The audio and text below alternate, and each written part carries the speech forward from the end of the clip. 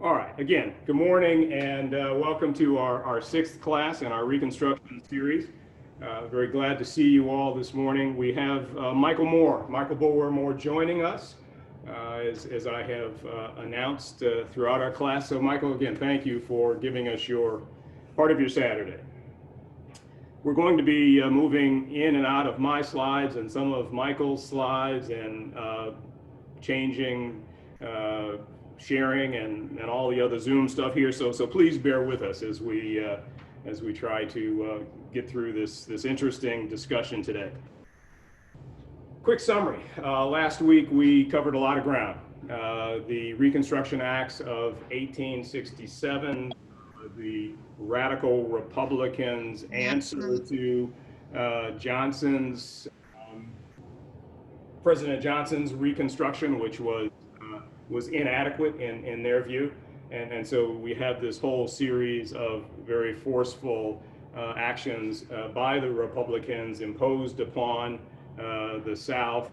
And for the first time, we see the registration and voting of black men.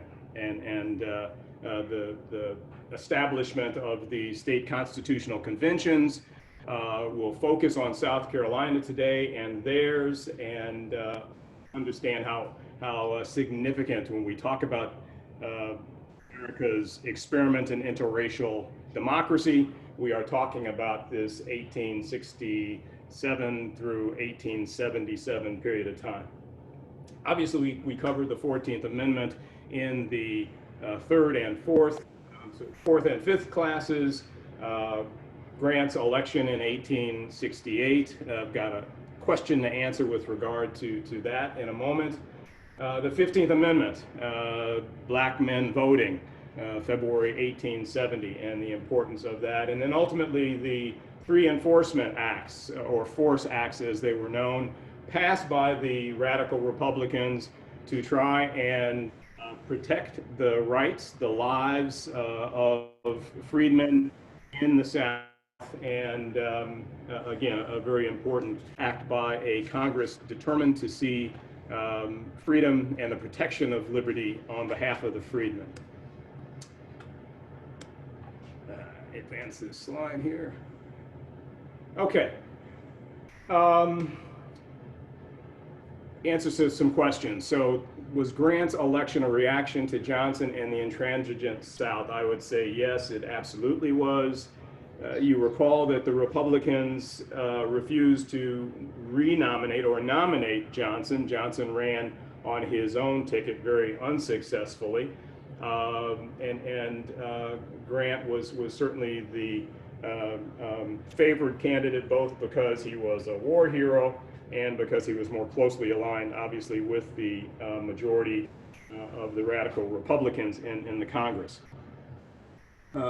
Du Bois, we talked last week about W.E.B. Du Bois and his frustrations with capitalists, with the planters, with northern industrialists, and their failure to support the aspirations of poor black and poor whites in the South.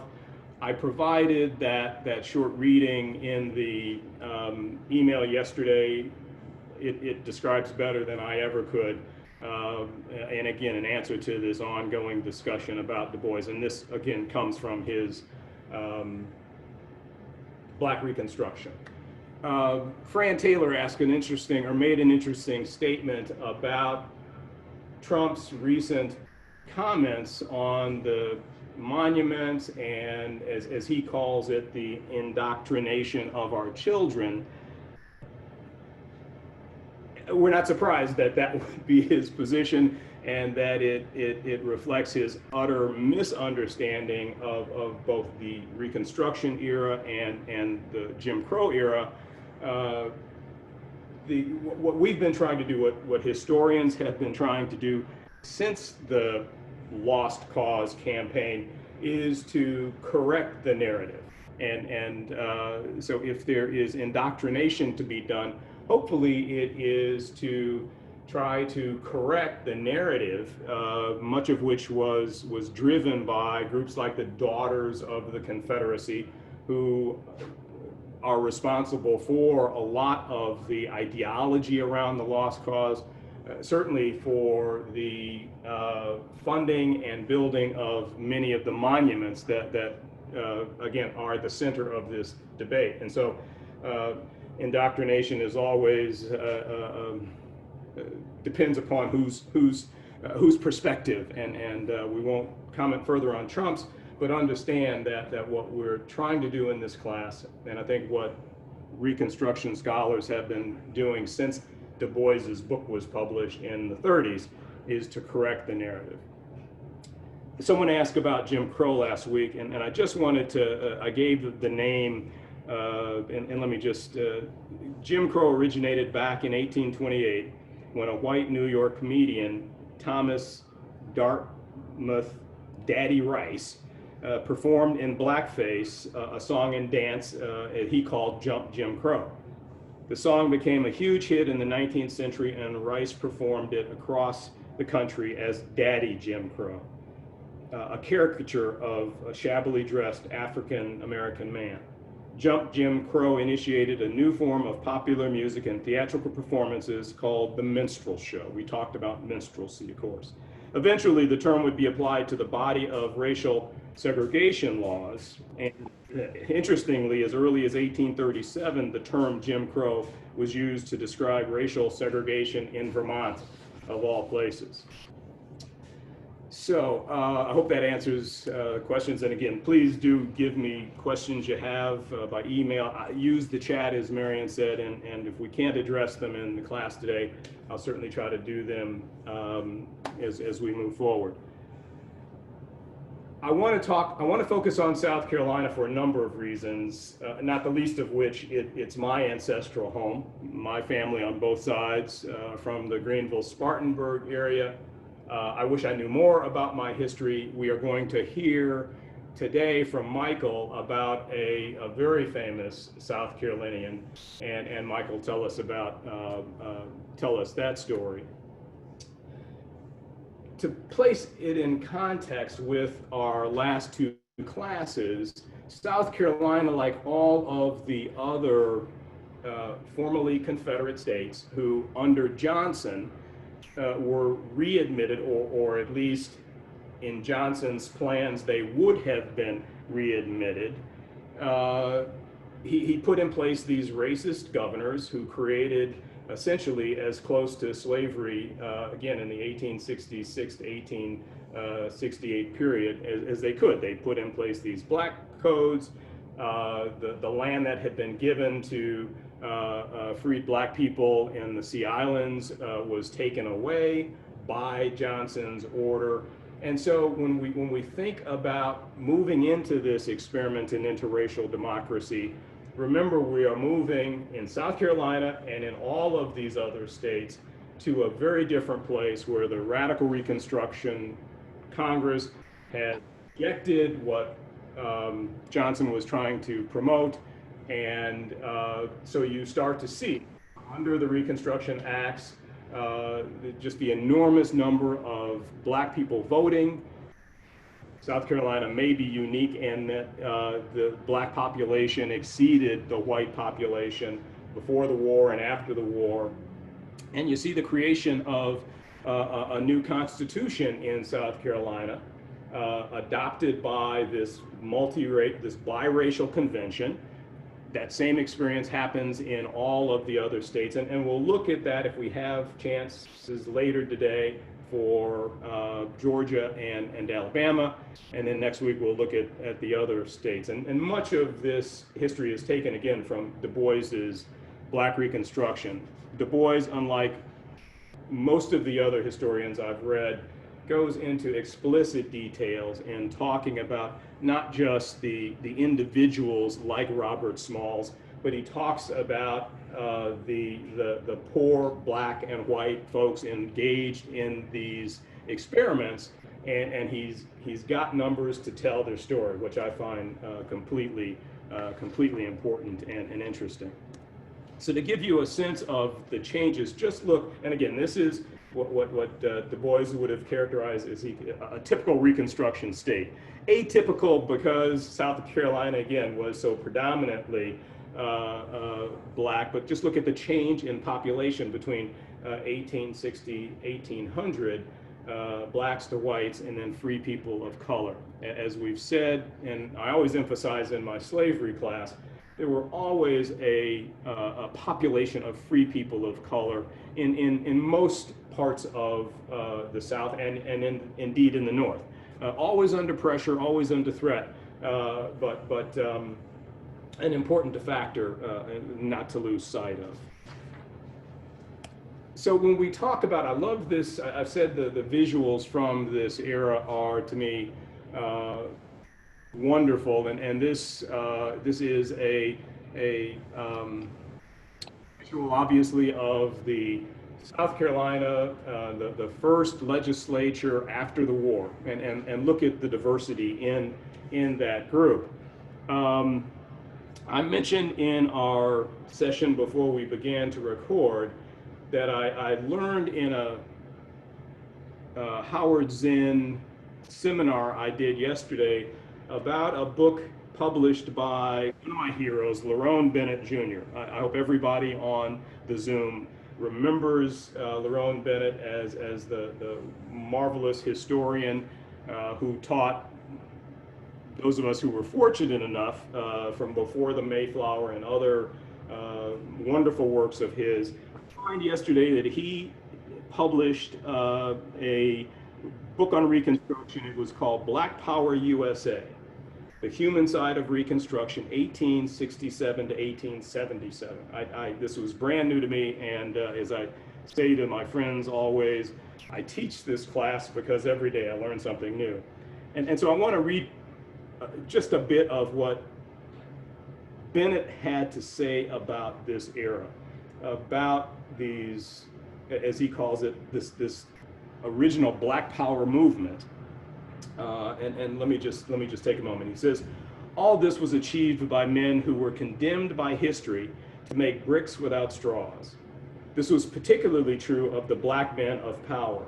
Pulled from the faceless masses and flung into the breach between advancing industrialism and a declining planter aristocracy, they were condemned to labor with inadequate tools on ground that had not been adequately prepared. Bennett goes on, they never received proper backing from the Northern supporters, were betrayed repeatedly by their allies. History, the historic fears of poor whites and the historic greed of rich whites stood between them and success. History, in fine, provided the opportunity but cleverly withheld the raw materials.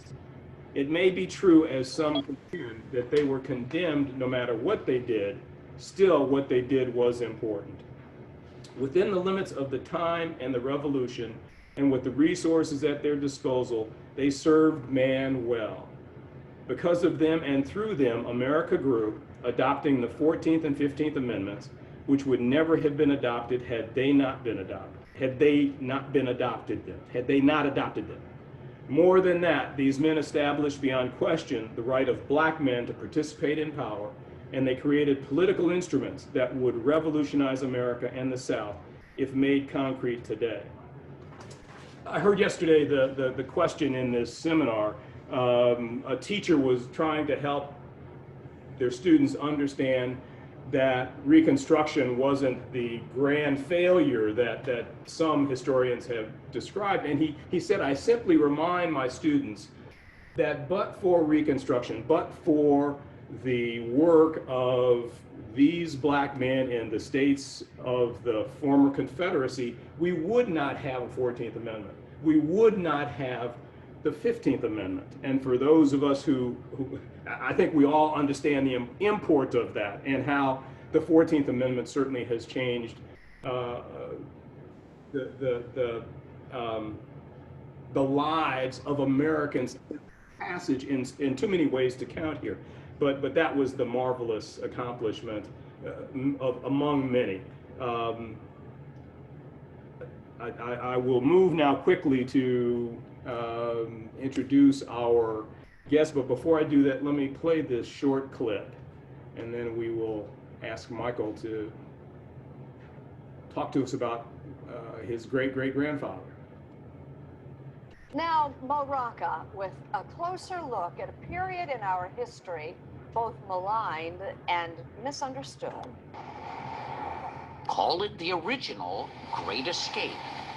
On May 13, 1862, just over a year into the Civil War, an enslaved man named Robert Smalls, who labored on a Confederate steamer in South Carolina's Charleston Harbor, set into motion a daring plan. He saw that the Confederate crew had left, and he knew that oftentimes they left for the evening, not to come back until the next day. As his great-great-grandson Michael Bulwer Moore explains, for Smalls and 6 other slaves and their families, the stakes couldn't have been higher. They knew that if they got caught, that they would be not just killed, but probably tortured in a particularly egregious and public manner. Disguising himself in the top hat and long overcoat of a Confederate captain, Smalls piloted the ship past Fort Sumter towards the Union blockade and freedom. It really blew people's minds because, it just was beyond what people thought an enslaved person could do. Not every great story has to become a movie, but, I mean, come on. There's so many twists and turns in the story that would be just amazing. And how about this for a second act? After returning home to Beaufort, South Carolina, Robert Smalls was elected to the U.S. House of Representatives, one of more than a dozen African Americans to serve in Congress during the period known as Reconstruction, when the formerly rebel states were reabsorbed into the Union and 4 million newly freed African Americans were made citizens. It was a time of unparalleled hope. Harvard professor Henry Louis Gates has produced a new documentary about Reconstruction, airing this month on PBS. When you look at the radical, amazing changes that happened within a few years of the demise of slavery, there was a kind of irrational exuberance. Gates says Reconstruction is one of the most misunderstood chapters in American history. Black men could vote, and they were about to elect congressmen to represent them throughout the South. I mean, you go and you ask people on the street who a black person was elected to the U.S. Congress, they're going to guess it's the 1960s, the 1970s. And they would never guess it was Hiram Revels from Mississippi. Hiram Rhodes Revels was born free and served as a chaplain to black regiments during the Civil War. On February 25, 1870, he was sworn in as a senator from Mississippi, an office once held by Jefferson Davis, who left the Senate to become president of the Confederacy. Is this a big national moment? Oh, it's a historic moment, and it's memorialized in the famous Currier and Ives lithograph that shows the first senator and members of the House of Representatives who were African Americans. The famed printing house created the lithograph featuring the African American members of Congress, all of them Southerners, all of them Republicans, in 1872. Wow, look at that. Harvard University's Houghton Library houses one of the few known copies. When Frederick Douglass saw the portrait of Hiram Revels, he said, at last the black man is represented as something other than a monkey. So some of these men, 7 years before, are slaves. That's right, absolutely. There were only 2 of these men who were born free. It's the first time in this country, or really anywhere, that an interracial democracy was created. Columbia University historian Eric Foner estimates that about 2,000 African Americans held some kind of public office during Reconstruction. We tend to think of slaves as ignorant or unsophisticated, but they had been living in American society for their whole lives, and their parents had too. The slave trade from Africa had ended long before. These people were Americans, and they wanted the same rights, the same opportunities as free white people had. How gutsy was it for these guys not just to try to be elected, but to get seated and to actually demand equality? Lawrence Otis Graham wrote a book about Mississippi Senator Blanche K. Bruce, who was born a slave in Virginia before becoming a successful plantation owner in Mississippi. Bruce and his wife Josephine were one of the wealthiest African-American couples in America and lived in this townhouse in an integrated Washington, D.C. neighborhood. This is not someone who was in over their head. This was someone who, despite all of the odds against him, succeeded enormously. The year he's seated in the Senate, 1875, is the apex of black representation during Reconstruction. 7 House members and 1 senator. So that's the high point. Yeah, no, it is. And so, but he doesn't get to enjoy that high point very long with his colleagues. When neither candidate in the 1876 presidential election secured enough votes in the Electoral College to be declared winner, a deal was struck. Southern Democrats agreed to back Republican candidate Rutherford B. Hayes. In exchange, the federal troops who had protected black voters were withdrawn from the South. Black voting rights were gradually stripped away, and black representation in Congress faded. Reconstruction was over, and the Jim Crow era of segregation began. For most of the 20th century, Reconstruction was portrayed as a failure. This is how the South Carolina state legislature was depicted in D.W. Griffith's 1915 The Birth of a Nation. That movie, which cast the Ku Klux Klan as heroes, was a sensation with white audiences.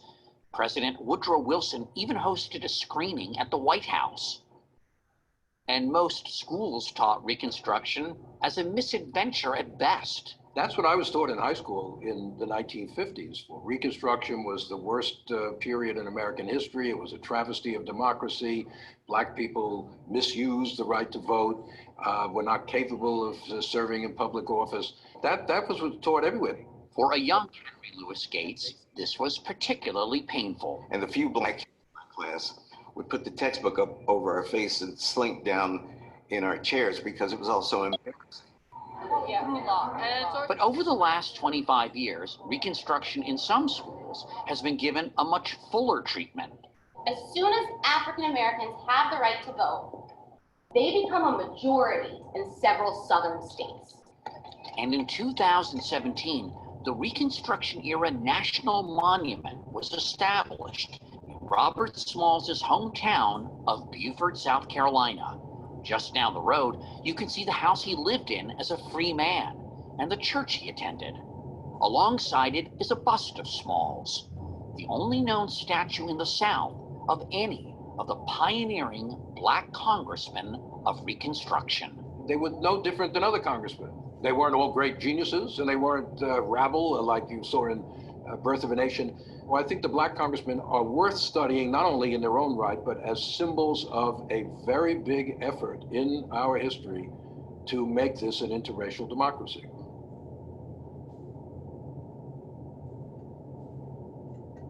He's commuted the sentence of his longtime friend and political advisor, Roger Stone. Mr. Trump's decision. All right, enough of that.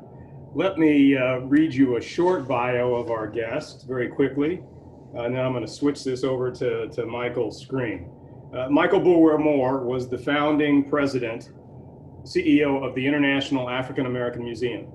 Located where almost half of all enslaved Africans took their first steps in America, the $125 million museum will give voice to the people who arrived there, to their struggles and pain, and to their perseverance and contributions, all in the making of America. Michael is a seasoned business and community leader, board member, keynote speaker, and author. He has experience leading both iconic global brands and smaller, more entrepreneurial companies. Michael is a thought leader on brand strategy and consumer behavior, social justice, and African American history. He has degrees from Syracuse and Duke universities. Michael is married, the father of 4 sons, and lives in Mount Pleasant, South Carolina. Again, welcome, Michael. Thank you. It's great to be here. All right. It's such a warm, festive group. Thank you. So I'm going to put the spotlight off myself here. I'm going to stop sharing, and would you like to share your slides? Not at this point, maybe toward the end, perhaps. Okay. I've got yours up if you need them. All right. Yeah. Okay. So let's just get into this.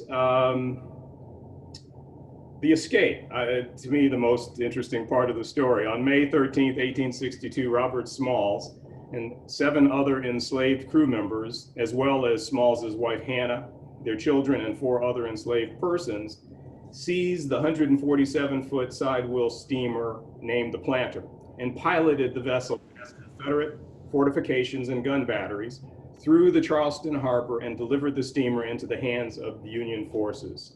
Tell us more about this story, Michael, please. Well, you know, Robert was a young man, 23 years old. He was married, had 2 young children. He grew up on the water down in Beaufort, was sent to Charleston when he was 12 to live and work by himself. He, you know, because he grew up on the water, because he was, you know, from the low country, was a Gullah Geechee person, he, you know, was just drawn to the water and all things about it. And, you know, was sent to Charleston in large part because he had gotten into some mischief in Beaufort and was sent to as a way to, you know, give him something of a fresh start. He came to work on, as you mentioned, the 147-foot old sort of cotton steamer, side-wheel steamer called the Planter. When the Civil War broke out, that boat was taken over by the Confederate Army for their use. And Robert found himself employed as a wheelman at this point, essentially a sailor on the Planter. And, you know, to make a long story short, because I could talk about this for you know, for hours, you know, he had freedom on his mind. He was burdened clearly by the fact that he knew that his family could be sold away from him at any time. And he wanted to do something about it. So he did 2 things. First, he had been granted the permission to marry his wife Hannah. They ended up having 2 children. They lived independently in an apartment above a barn on East Bay Street. And he felt like he had a good relationship, perhaps, with Hannah's master, a man by the name of Samuel Kingman. And so he actually negotiated to buy their freedom. Let me back up. So Robert was employed. He earned $15 a week or so, was able to, he had to send all of that back to his master in Beaufort, except for $1 a pay period. And with that $1, he then went and bought candy and tobacco and various other sundries that he sold on the docks. And he saved every penny from that work and had amassed a little bit and went to Samuel Kingman, the gentleman who owned his wife and children, and negotiated to buy their freedom. And total price of $500 was agreed. And then Robert actually put down a down payment on the life of his family of $100. And, but he knew that, you know, he knew how long it took him to save that $100, and he knew again that his family could be sold at any one time. And so he kept thinking about ways that he could be free. And he was on this boat. He was the wheelman on the Planter. He knew all about what was going on in the low country waterways. He knew, as a matter of fact, that just outside the mouth of the harbor, Charleston Harbor, was a Union blockade, a federal blockade. And that if he could somehow be free, if he could somehow get there, that he would be free. So yeah, here's a perfect example. The peninsula of Charleston in the top left there, and there are about 5 forts that he had to sail past, each of which he had to execute the appropriate passcode to get by. It said that Robert donned the big straw top hat and an overcoat of the Confederate captain. He had studied the captain's movements and his gait, and at distance and at in the dark, he looked like this Confederate captain. And so, so on the night of May 12th of 1862, going into May 13th, the Confederate crew left for the night, and he gathered the crew and they took off, made a quick stop, picked up all their families. I believe there were 16 other people in total on the planter that night going into the morning, and he head out. He was in the pilot house there, was sailing the boat, knew all of the codes because he was the wheelman, made it past all of the the forts there. I've often thought, you know, Fort Sumter is this looming presence in Charleston Harbor. It had at the time 50-foot tall walls and, of course, cannons surrounding it. And it's said that, you know, those cannons were powerful enough to actually reach downtown Charleston. They bombarded downtown Charleston later in the Civil War. And so I've often thought, you know, what must they have felt? What must have they been thinking? They had passed by 4 of the forts successfully, but here is the most dangerous fort in the harbor, and you know, obviously executed the appropriate code. Eventually heard, you know, the whistle and passed the planter and head out. They stayed along the path that typically a Confederate ship would stay along until they believed they were beyond the reach of the cannons that were on Fort Sumter, and then quickly veered south to the Union blockade. And again, to make a long story short, you know, they were heading full steam ahead. Here is one of the largest boats in the harbor at the time, with this enormous Confederate flag flying from it. And as it's said that was a detail. Robert, you know, he planned every little detail except for that one thing, that he hadn't thought about the Confederate flag. Luckily, his wife, my great-great-grandmother Hannah, had sewn together some white sheets beforehand, brought those on board, and so they quickly, as they were approaching the Union blockade, quickly lowered the Confederate flag, raised these white sheets of surrender. And as it said, you know, the sailors that were on these boats, you know, here comes this huge ship with these African Americans commanding it. It must have blown their minds, as in fact it really was quite shocking throughout the country. You've got to remember, you know, for many at this period of time, African Americans were considered beasts of burden. They were considered devoid of kind of higher level thinking. And, you know, there was a narrative created that allowed folks to be able to dehumanize those African Americans at the time. So, so it was quite shocking. But Robert delivered the planter to the Union forces there, and they were free the morning of May 13th, 1862. And to this day, my nuclear family, we sort of celebrate May 13th because it's our Independence Day.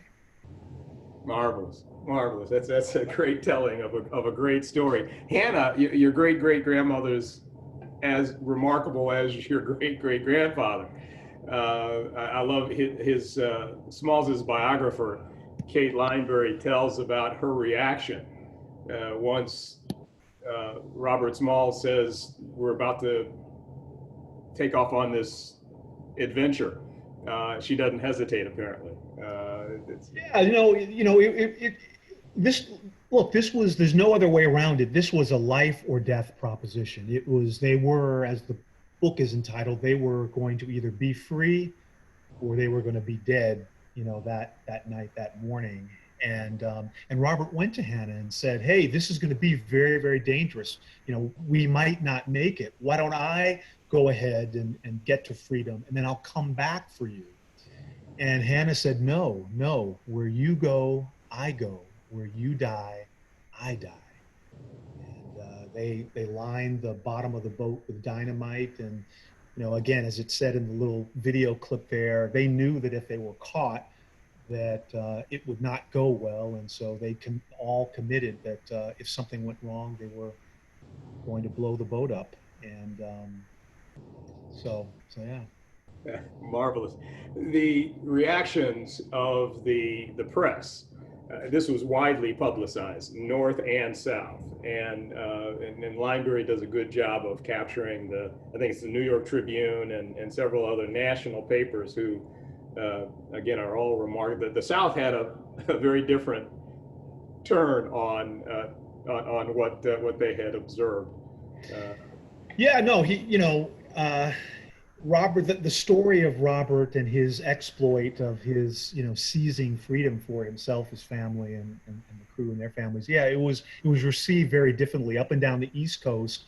It was big news. Robert really was one of the first heroes of the Civil War, but in the South, of course, he was persona non grata. There was a bounty put on his head, and yeah, he was. It was very different. But yeah, it was big news. As a matter of fact, after the exploit, Robert went north a couple of times, but on one occasion, basically, it was, you hear about these USO tours, particularly like during Vietnam War, where there were these stops that were designed to kind of rally public opinion and sort of morale, and so there were parades up and down the East Coast in Washington, Philadelphia, New York, and Boston, where Robert was kind of presented as this big hero, and he told about his exploits. So yeah, it was a big deal.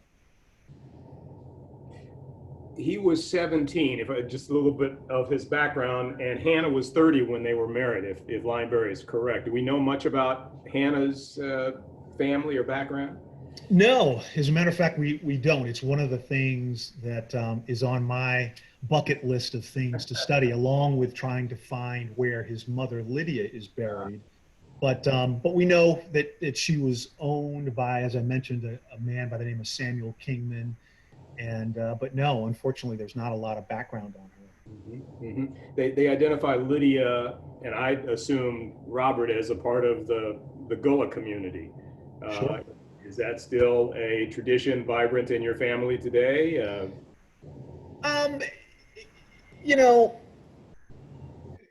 I certainly, hold dear to sort of the Gullah Geechee connection. I can't speak Gullah.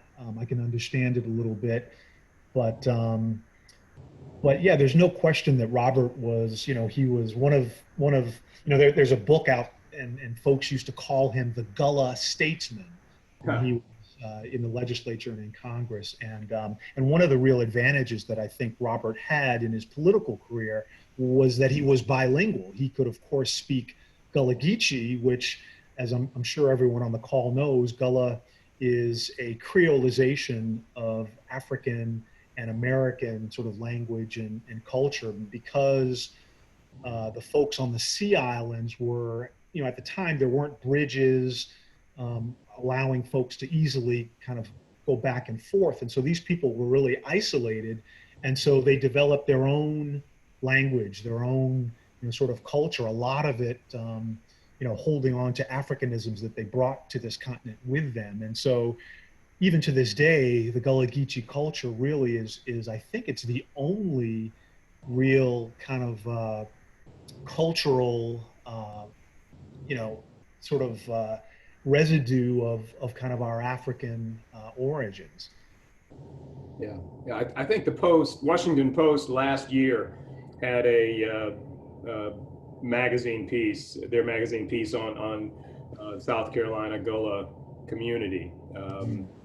So that's you mentioned his travels north, and I want to advance the story a little bit. So after his remarkable escape from enslavement, Smalls is hired as a civilian pilot and continues to captain the Planter for the U.S. Navy. Naval operations were focused on capturing the city of Charleston, and like all other Union Army installations, struggled to accommodate the thousands of runaway enslaved people who flocked to Union forces whenever possible. The Port Royal experiment was established to address the needs of the newly emancipated people. Philanthropic organizations like the American Missionary Association was sending workers to the South seeking ways to provide aid to the formerly enslaved. Reverend Mansfield French, a Methodist minister and AMA rep, traveled to Port Royal and convinced Smalls's commander, DuPont, to allow them to travel to the north.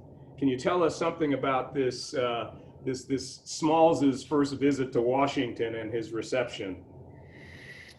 Yeah, I mentioned that, Robert in the North, he made, it was big news from a variety of different standpoints. Again, the fact that this, formerly enslaved person, this African American, had the ability, the gall, the gumption, the audacity to successfully pull this off. And to some degree, I think there was a little bit of glee that folks in the North were, just pleased and excited that Robert was able to embarrass the Confederacy in the way that he did. But in any event, Robert developed a really good relationship with Admiral Samuel F. DuPont, who was the most senior commanding kind of officer for the United States Navy that was down there.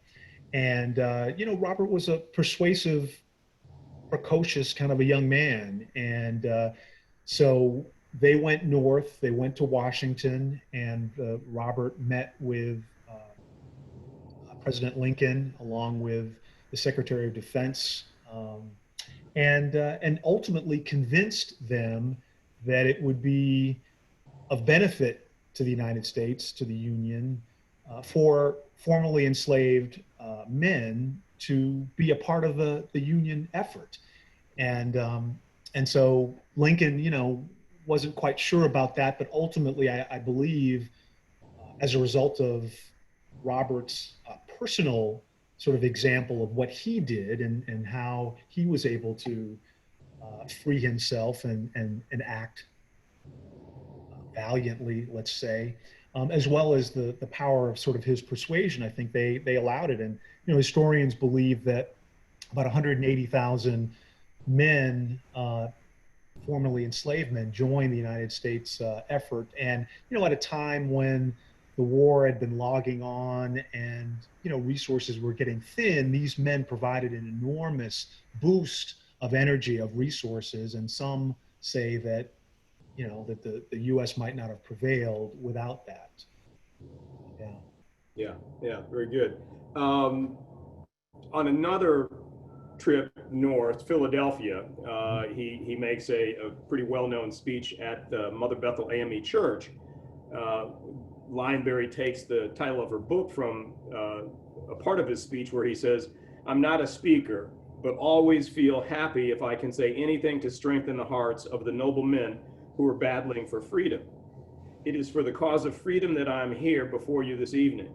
Although born a slave, I always felt I was a man and ought to be free, and I would be free or die," which is the title of her book. We have to remember that while we're talking about the Reconstruction, we're also talking about the Civil War, the middle of the war, and as you say, Lincoln's got some really important decisions to make, and Robert Smalls helps him with that.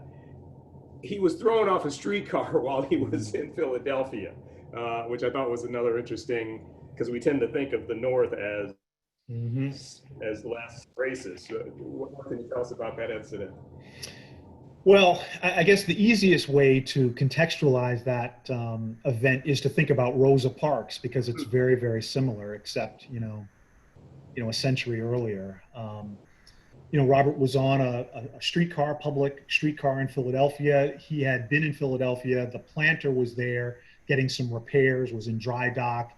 And, same kind of a situation as Rosa Parks. He was tired. He, was there, again, working for the United States in its effort to win the Civil War, and wouldn't move, was arrested, and to make a long story short, ended up winning a court case, which in fact desegregated the public accommodations, public transportation in Philadelphia there. So yeah. Yeah, good story. He will ultimately end up purchasing the home where he and his mother Lydia were enslaved. I can't let you go without telling us about how that comes to be. Well, there was a law in place where if you deliver goods to the United States Army in the war effort, that there's a certain percentage of the value that you get as a reward. Now, um, Congress actually couldn't see fit to give a formerly enslaved man that percentage. I think Robert got some really minuscule amount of a reward, but he got a reward. And again, he could have taken that reward and gone and lived in the North as a Civil War hero and enjoyed the rest of his life in comfort and peace. And to be honest, I think he deserved that. He had earned that privilege, but that wasn't good enough for him. He had developed across the course of his life um, the ability, the drive to envision things for himself, to go out and actually achieve that, and then to fight for others of that. So in this instance, he wanted to be free. He dreamed of freedom. He won that for himself. But then he came back into the crucible of the Civil War, came back into the heart of danger, frankly, and fought for that. So fast forward after the Civil War, he had that reward money, and he was, as evidenced by the fact that he was buying, these goods and selling them on the docks. I mean, he was just an entrepreneurial kind of a person. He was a very strong, business person. And so he took the money and he bought the house that his master had owned, and the lot, there was a little shack behind the house where he, in fact, was born, on the floor of the shack. His mother was in her mid 40s when Robert was born. As the story goes, a quick diversion here. As the story goes, there was a hanging that day. An enslaved person was being executed, and everybody had gone. And so his mother Lydia went into labor and actually gave birth to Robert on the floor of this shack by herself, at a relatively advanced age of sort of mid 40s. But it's also said, that there is some question, but he bought the house that his master owned. He also, it's said in some corners that he also bought the plantation that his master owned as well. So it's really interesting. The other, again, sort of fast forward a little bit ahead, there's a story that after the Civil War, his former master's wife came back to the house. She was physically ill, she was mentally ill, and Robert had bought the house. They bought it at a tax sale. It was his, and but really sort of embraced the humanity of the situation and took her in and cared for her for the rest of her life, even so much as allowing her to live in the master bedroom. She thought she was back home. She wouldn't eat at the dinner table with Robert and his family, but I just think it's an enormous. It's just an example of the enormous sense of character that Robert had to embrace this woman who had owned him before.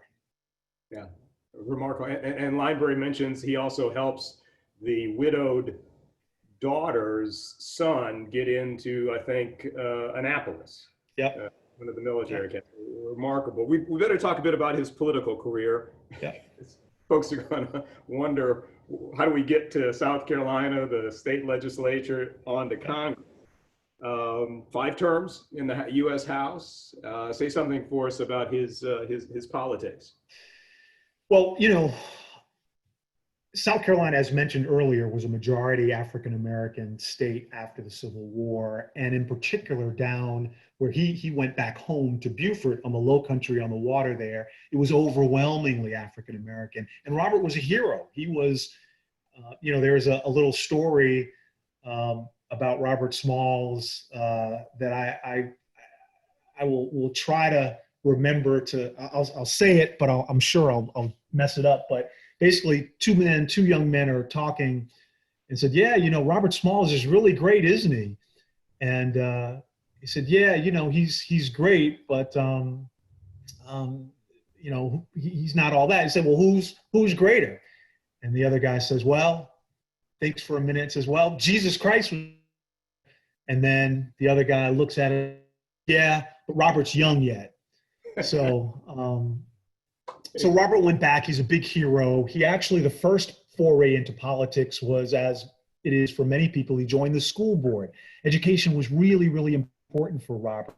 The first things he did when he got a reward, that reward money, was to hire tutors. He had a tutor like 5 o'clock in the morning, and then in the evening he wanted to learn how to read and write.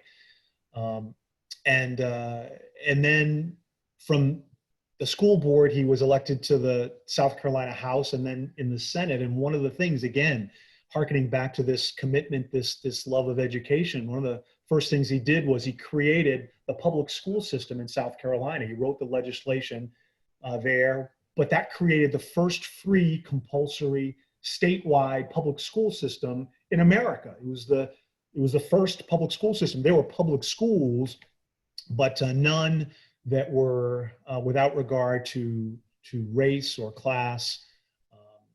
And so he was there in the legislature, participated in a number of constitutional conventions, trying to recalibrate the laws in the state of South Carolina, during this Reconstruction period, and then was elected to Congress and served 10 years and was among the longest serving and among the last African Americans to hold on to power, again, because of the overwhelmingly African American nature of the district that he served. And to me, the quintessential Smalls would be his sort of last act. This is after the white Democrats have redeemed South Carolina and all the other states. They have forced through this new constitution, and Smalls is the only delegate who refuses to sign, because it is a constitution that takes away the rights of Black men. Yeah, and I can only imagine, again, just what he must have felt like coming from, having been an enslaved person, having, risked his life, his family's life, the crew and their families' lives, going, commandeering the planter, having won his freedom, having gone into the legislature, having participated in these earlier constitutional conventions to create a more equal, kind of a legal and social situation in the state. But then after Reconstruction, the rug is pulled from under them, to be there and to see all of that hard work undone. It just must have been heartbreaking, frankly. One of the things that probably his most famous quote was from around the time of that constitutional convention. He says, "My race needs no special defense, for the past history of them in this country proves them to be the equal of anyone, anywhere. All they need is an equal shot at the battle of life," or something like that. So, Excellent. I've been taking up all of the time here, and I need to let our other participants. Marion, do we have any questions from other classmates? Yes, we do. Here's one of the first ones. What is the proper name of South Carolina language of the time?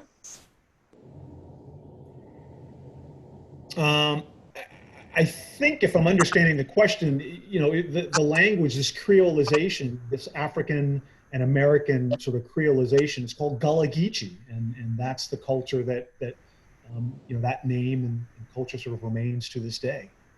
There are some places, I'll just add parenthetically, where you go and you can hear someone who's got really a thick sort of accent. You won't understand a word they're saying, and and again, just something that a really powerful experience around this language occurred.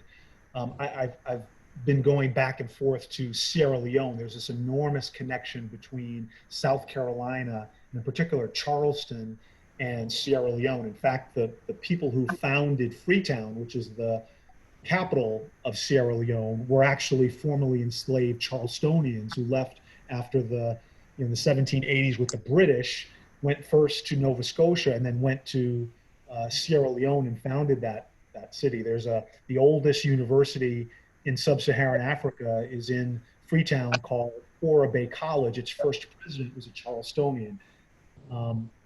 There's probably the most important site of African American history outside of the United States is a place called Bunce Island, which is in the harbor there in Freetown. But it's the place where they aggregated captives, enslaved folks, and put them on slave ships and sent them, many of whom landed in Charleston. And Charleston, as mentioned, almost half of all the enslaved Africans who came to this country throughout the entire course of the slave trade landed in Charleston. So there's all these connections. And so, to make a long story short, we brought the mayor of Freetown to Charleston last year. And there is this Gullah Geechee leader. She calls herself Queen Quet. And when Queen Quet met Mayor Yvonne Aki Sawyer of Freetown, they started talking to each other in Creole. And they hadn't met before. They hadn't, seen each other. Queen Quet is speaking in Gullah. The English American kind of creolization in Freetown in Sierra Leone is called Krio, K-R-I-O, and they could understand each other. They were talking. So wonderful. Big connection. Sorry, long story. Another question: has there been any efforts to make this into a movie? Yeah, people ask that all the time. There's a project that some producers for Amazon now. Many of you may know Amazon, produces movies, and so there's one there. There was another project that was going, but people have been talking about this. I think it's an amazing story that certainly deserves to be on screen, but we'll see. Minnesota ASALH has made a donation to the Family Heritage House to fund acquisition of a model of the planter. Oh, wonderful. Wonderful. Yeah, I think I heard that. My those of you who know my mother, Helen, won't be surprised that she shared that piece of information with me. Another comment: this story needs to be told to help those that think the Emancipation Statue explains how enslaved people fought to free themselves instead of just the role that Lincoln played.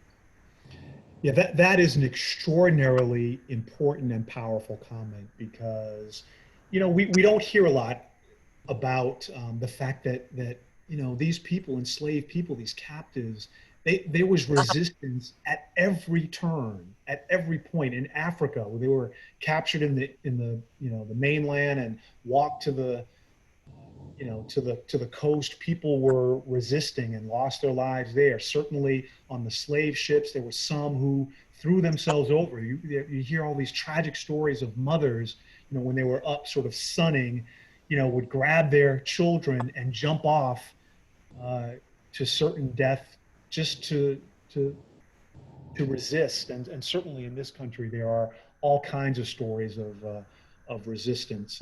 So I agree with that, absolutely. The narrative, I think once, it's all a part of the narrative, and certainly people of African descent have not been in control of that narrative historically, and these stories are starting more and more to be uncovered. Another question: once freed, and that's Robert and crew, did they have the economic resources to survive and flourish as free men, families in society? And speaking to the realistic need for reparations or economic stipend for recently freed slaves.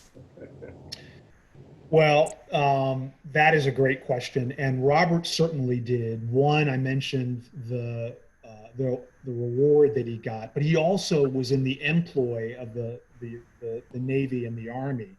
And he was actually the first African American to command a United States naval vessel. He was among the one or two most senior African Americans to serve in the U.S. Sort of military throughout the Civil War, and he was like highest paid. So Robert was doing fine. I want to just harken back really quickly. We talked about 10 or 15 minutes ago about I think we mentioned the Port Royal experiment and everything. The actual, there's been a lot of talk about Juneteenth lately, and we all now know that that is a commemoration of the last day that enslaved Africans learned of their freedom in Texas. Well, the first time that enslaved Africans en masse were freed was actually in November of 1861, November 7th, 1861, which was the Battle of Port Royal. It was a battle, the U.S. Army forces, Navy came down, took over sort of the low country area. All the whites fled, leaving the formerly enslaved folks not legally free, but effectively free. And one of the things that I am going to try to do is to, elevate the Battle of Port Royal and that November 7th date, because if the last day that enslaved Africans were free, then in my view, at least as important is the first time that they tasted freedom. And the Port Royal experiment, some of you may have heard of Penn Center. It was called Penn School then. I happened to be on the board of that institution, but that was an enormously important institution to train and to educate people, because there were no government programs to support these newly freed folks. They, were put out on their own, and many died, many got sick and didn't have access to health care. And so Penn School was also very important to that effort. And again, how many people were in the crew, Robert Small's crew? And did he maintain contact with that crew after the war? There were 16 total. It was Robert and Hannah and his daughter, my great-grandmother Elizabeth, and her younger brother William, and then there were 14 other people, the crew and their families. I don't know. I have to think that they did to some degree, although the connections with the family over the generations just didn't. It didn't pass down. I'm not in contact with any. Now, there are some names of people that are very kind of common low country kind of Charleston names of people who could be descended from that. I do know I have met the great-great-grandson of the Confederate captain who left the planter and created the opportunity for Robert to take it to freedom. I've met him, and he and I, are connected on social media and the like, and I've met some others a part of this story as well. Awesome. That's all of the questions, and Lois Wilkins posted a link from Wikipedia on Robert Smalls for those who want to do some more investigation and reading. And I will include Kate Liner's book in our follow-up email. If anybody's in, it's a good read. It's a good read. Although Michael's given us all the key details today. Michael, let me scroll through the good enough to provide these visuals. Well, okay. So this is Samuel F. DuPont, was the admiral of the of the U.S. naval blockade there. He and Robert really developed a kind of a close relationship. I won't get the specific quote correct, but he's quoted in the press as saying that Robert is, basically, the smartest black man he's ever met, kind of a thing. And I'm guessing that he didn't have a lot of experience with black folks back in the day, coming from the family that he did, but such as it is. Yeah. This is. These next couple of slides, just an example of the press that was, that really was so pervasive about Robert and his story, because it just shocked people. And again, you got to realize that an enormous swath of this country at that time thought of black folks, as less than, that they weren't really human. And so for this enslaved person to take this ship and to sail it underneath the nose of the Confederacy. It really created an enormous amount of news and shock and awe. This particular article, if you guys can't read the header, it says a rebel vessel captured by contrabands. Mm-hmm.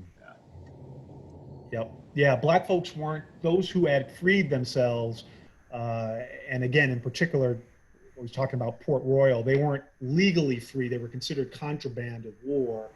But yeah, and this is just, if I had more time, I'd actually read that. It was a really hilarious story coming from the Lost Cause kind of a perspective of things. This is an article, just a little clip that talks about Robert. We mentioned him in Philadelphia with the streetcar, dated April 11th. I think that's 1864.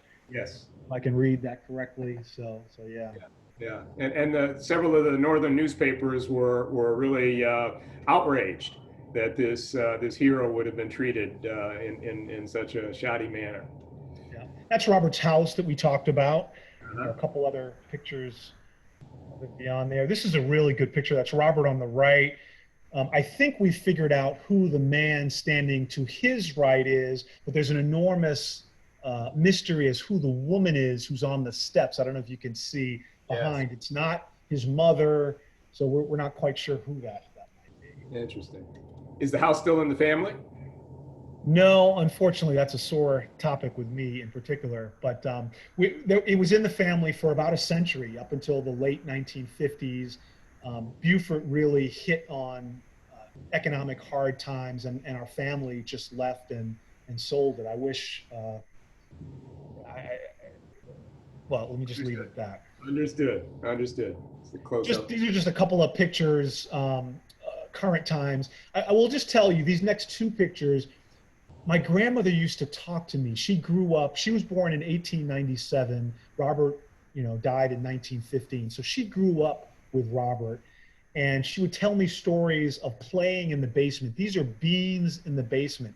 And she told me stories about, actually reaching up and kind of grabbing the wood there, the wood beams. And so when I visited the house a number of years ago, I see these scratches, and who knows what those scratches are from, but from someone who has such a deep emotional connection to that space and to the history, it just makes me wonder if some of those could have been my grandmother back in, the early 1900s playing around down there. Yeah, very good. So these next couple are just examples of some interviews on the porch. This was Mo Rocca from the series that we had there. We can just scroll kind of quickly through those. This is my great grandmother Elizabeth. She was born in 1858. She was actually 4 years old when the planter was taken. And one of the enormous benefits of history that my family has just been blessed with, really long generations. So she was on the planter. I've heard stories. She didn't remember a lot of details. She just remembered being on the boat and being very, very afraid. Was underneath the deck and very afraid. But just, to sort of illustrate how close we really are to that period, she died. I was born in 1962. She died in 1959. Wow. And so she was 101 years old. I just missed her. And she was on that boat on May 13th, 1862. So interesting. Remarkable. I think the next picture, this is just a quick article about her nuptials. It was a big deal in society. She married a gentleman from Charleston, Sam Banfield, who was a business guy. I think the next picture is of their children. And the woman, the infant on the bottom right is my great grandmother. So this picture, she was born in 1897. This picture comes from probably 1898 or so. And I had a chance to know about half of those. This is the house that they lived in. Elizabeth and Sam lived in Beaufort for a minute. It's literally right up on the street. The next one is the house just that they moved to after that, and it was right behind. Robert owned an enormous amount of property on what's called the Point there in Beaufort. So that was just the house that my grandmother grew up in. This is that same group of people. My grandmother was the infant. This is the same group probably in the 1940s, maybe in Charlotte, North Carolina. My grandmother is the woman standing on the far left, Ariana Bamfield Bootwear. And that's Mama Lizzie. That's Elizabeth, who again was on the planter, Robert's daughter. Similar group of the family. This picture I always chuckle at. So this was in Durham, North Carolina. My great-grandmother lived with my grandmother and my grandfather and my mother for the last 22 years of her life. So here she's probably, I think this was on the occasion of her 100th birthday. And of course you see the book Captain of the Planter, which is one of the first books about Robert Smalls. And it's funny to me because it's like they're showing her something. She had been completely blind for years. So she's not seeing anything, but it's an interesting sort of pose that they've got there. Yeah. Excellent. 100th birthday. We can keep going. The picture there, well, these next two pictures are actually interesting. I think in Mo Rocca's piece for CBS Sunday Morning, it talked about the bust of Robert Smalls being the only statue to any of the men. This was taken in, you can scroll to the next one. This was taken in April of 1976. You'll recognize the young gentleman there with the couture leisure suit on, polyester leisure suit on. That's me. I had a chance to unveil that bust there, and my grandmother in the red and some other Robert's grandchildren and cousins and the like. That was in 1976.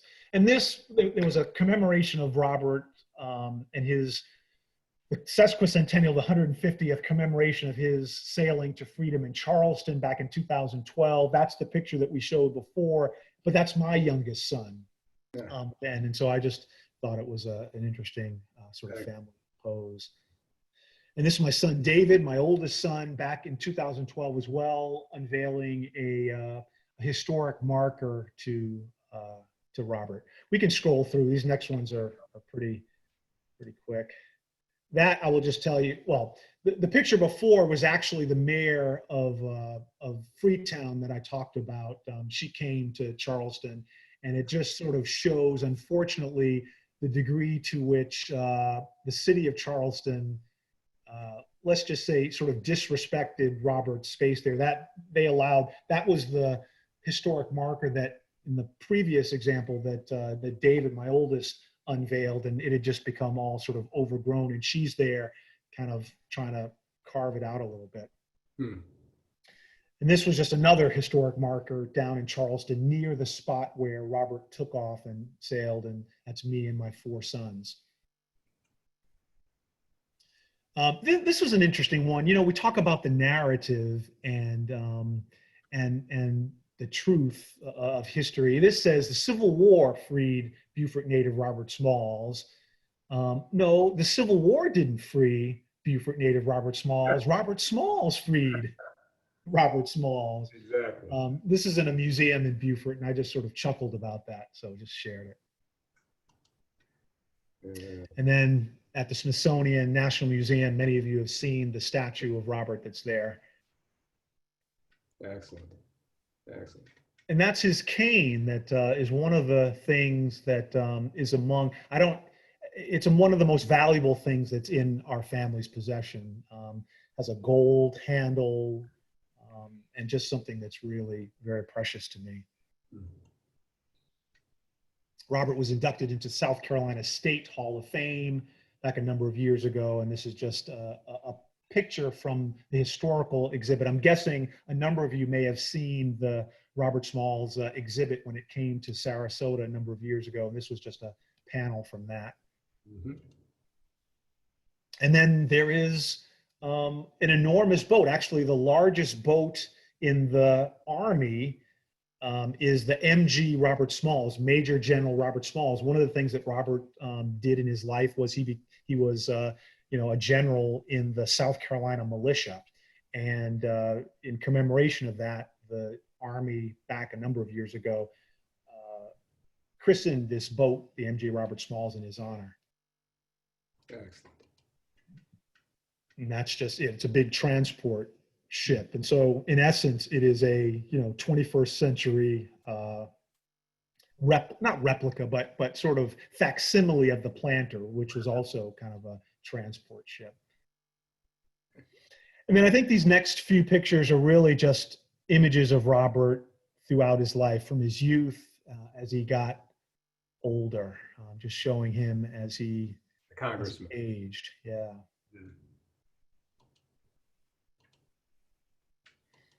Yeah. Mm-hmm. I think that's it. Yeah. This one was a little video and it didn't come through. It was an interview. That's my grandmother. That's the little infant that we showed in one of those pictures. And she is being interviewed with her older sister, her next older sister, Helen. And the question was, so what has it meant to you to be connected to this history, to be connected to Robert Smalls? And my grandmother says, well, it's just sort of a matter of course. We just sort of grew up with it. And then her sister, my Aunt Helen, said, yeah, I agree, but, it's sort of profound in the sense that, we know what he had in him, and we hope, and we know that we've got a little bit of it in us, and we just hope that it kind of comes out at some point. So, yeah. Marvelous, marvelous. Michael, thank you so much. We can't let you go.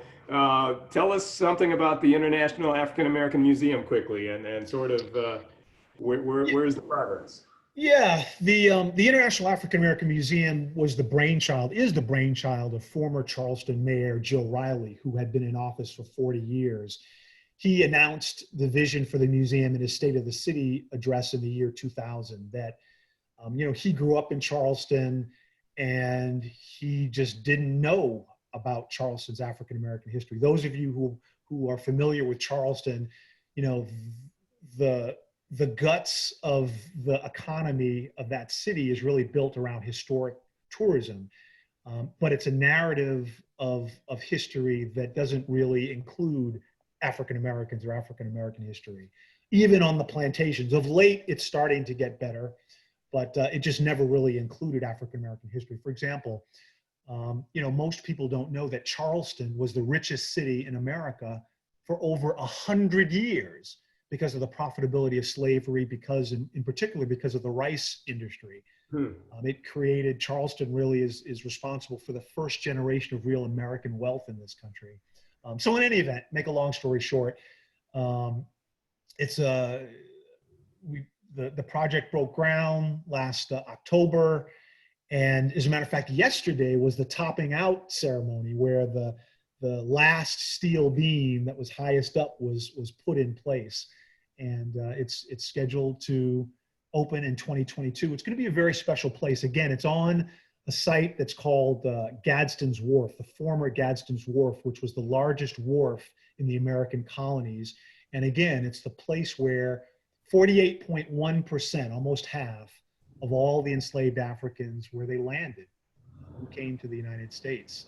Very, very historic place, and the museum will seek to tell the stories of those who landed there and of their contributions, and of course of their pain and sacrifice. Excellent, excellent, Michael. Thank you so much. I hate to hold you longer, but Marion, do we have any last questions? I'm good. Yeah. Yes, we have a few more questions. One is, I wanted to learn how Dr. Moore learned about his history as a child. Well, if you're calling me doctor, I will take the compliment. And as a matter of fact, I was actually slated to get an honorary doctorate this spring, but COVID-19 took that away from me. So, but in any event, it's an interesting question because I grew up, it was just all around me. Some of the earliest memories that I have are with of course, my mother, my grandmother, and with her siblings, the folks that I showed there, and going to family reunions and just learning, the history about Robert Smalls. My grandmother, just sort of fed that to me. And then her siblings. And again, my grandmother was Robert's granddaughter and lived with him throughout the first 18 or so years of her life. And so, I was hearing direct stories about him, and not just, his sort of political exploits, and not just about him as a legislator or as a military hero, but as a human being, as grandpa, as we've heard of. Another question was the captain and crew who lost the ship, were they punished? Is there any information on what happened to them? It's a great question. They were court-martialed, but before they were sentenced, I think something happened, and they were, they were let go. They were freed. So I don't think they did any time, but they were certainly shamed by it and went through the initial process of a court-martial. According to Lineberry, his biographer, General Pemberton, the Confederate general in charge of that area, essentially commuted their sentences. Didn't believe it was fair. Yeah. Sounds familiar. Yeah, it does. Does. How can donations be made to the museum? Can that info be posted to the group? Sure. I mean, I'll just mention it, and I can certainly, but oops, I was trying to put it in the chat. I'll put it in the chat as well, but the website is iaamuseum.org. www.iaamuseum.org. I must tell you, I am no longer officially a part of that. I signed on to help. I had been on the board for a number of years before. I was running a business and moving. We had sold that business and was moving to do something else. And Mayor Riley convinced me to come and he sort of sold me that, help us for the next 9 months to a year, kind of get it over the line in terms of fundraising and the like. Well, it took about 4 years, and we had to raise lots more money and do lots more. But I am sort of have transitioned back to my life as a business person, and but still support the project and remain involved, and was there yesterday at the topping out ceremony and spoke at at our groundbreaking as well. So. Okay, I think that's it. All right. Well, Michael, on behalf of our president, Jim Stewart, Jim may still be on, I'm not sure, president of our Minnesota ASALH chapter, thank you. We've worked hard to get this together, and you've been very patient with us, and we appreciate it so very much. No, it's been great, and like I said, I appreciated the friendly conversation beforehand. I must tell you that my mother is very proud about being a part of this chapter, and every time we talk about it, she says, it's the largest ASALH chapter in the country. So kudos to you all. I think Jim is on. I see his picture there. But thank you so much, Michael, for helping enrich our class, and know that we'll do everything through our branch to make the memory live on and on, make the museum a success. Thank you. Much appreciated. It's been a pleasure to be with you. We are at the end of time, people. We'll leave the meeting open for those of you who want to visit for a bit. Michael, again, thank you so much, and we'll be sure that your mother and Vera get the recorded version of the class. She will appreciate that, I know. All right. Thanks again. Thank you. Bye-bye. Bye-bye. Bye-bye. Bye. Okay, everybody, you're unmuted. It was fabulous. That was great. That was wonderful. The personal story. Very good. Excellent. Great job. He's very patient with us. Yeah. All right. So much to say.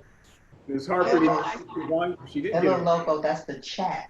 You could chat. No. Yes, I'm ready to chat. Oh, you can hear, we can hear you. Your girlfriend. I love it. Oh, Okay. I love that. we ain't got that much time. Some of